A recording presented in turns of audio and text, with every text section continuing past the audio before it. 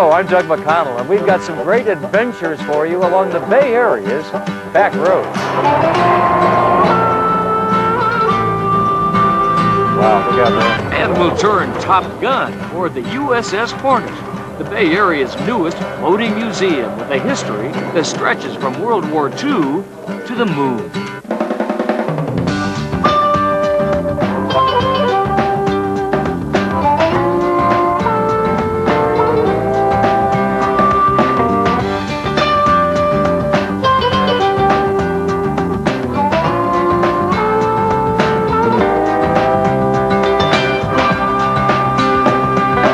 This is one of the Bay Area's newest and largest treasures. It's called the USS Hornet, with a history stretching from World War II all the way to the moon.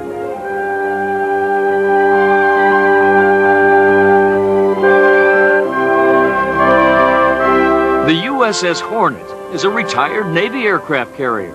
It's been a part of some of the great events which shaped the 20th century, from an unequaled combat record in World War II to recovering the first men to walk on the moon. Neil Armstrong's first steps back on Earth. Incredible. Then they went into the famous Airstream trailer at this location, and they were in quarantine for 21 days. The Hornet is a floating museum docked permanently in Alameda. It's being intricately restored to its past glory.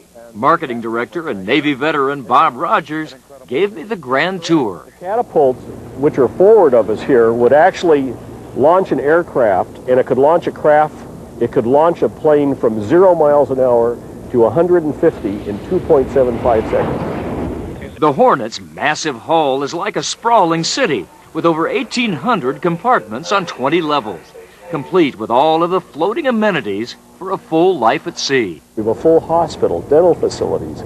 We have a full print shop. We have a brig. And just the magnitude of this functioning as a team is almost mind-boggling. Every corner of the vessel seems to preserve some relic of its aviation history, from moon memorabilia to World War II fighter planes. The helicopters that picked up all the astronauts in Apollo 11 and Apollo 12 landed on this elevator. Landed right here? Right where we're standing. And the carrier is crowned by the control tower, where flight operations were very carefully choreographed. The air boss would sit in this location, and he would be the naval officer in charge of the air operations on the ship, the launching and the recovery of the aircraft right from this area. This flight choreography was a very exact science when you consider the conditions. Now, let me get this right. The ship is going one way, the landing field's going another way, the ocean's doing this, the wind is this. This is like 26-dimensional chess. It is, that's right.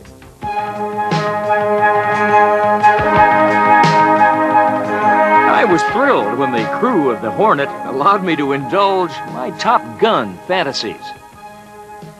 Well, this is an F-8A Crusader, flew for the U.S. Navy from 1957 to 1987. In fact, in 1957, John Glenn flew a plane just about like this to set the transcontinental speed record. He flew from California to New York in just a little over 3 hours, faster than a .45 caliber bullet. Use airborne.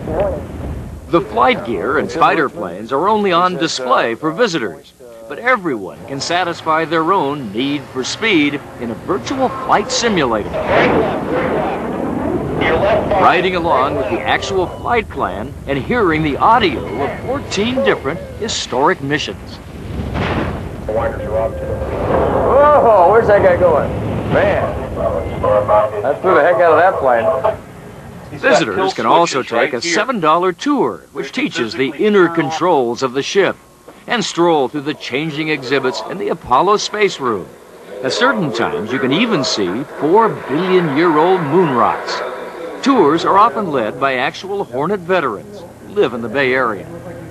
You look at them today, and they're like the little old guy in the rose garden next door, and then you hear these extraordinary stories. And they were young. They were 18 years old.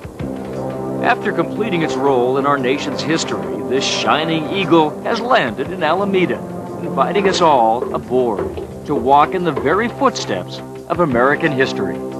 So this is one small step for Doug McConnell and one giant step for mankind. That's exactly it. I remember those words vividly. The USS Hornet is open for tours 7 days a week. Call 510-521-8448.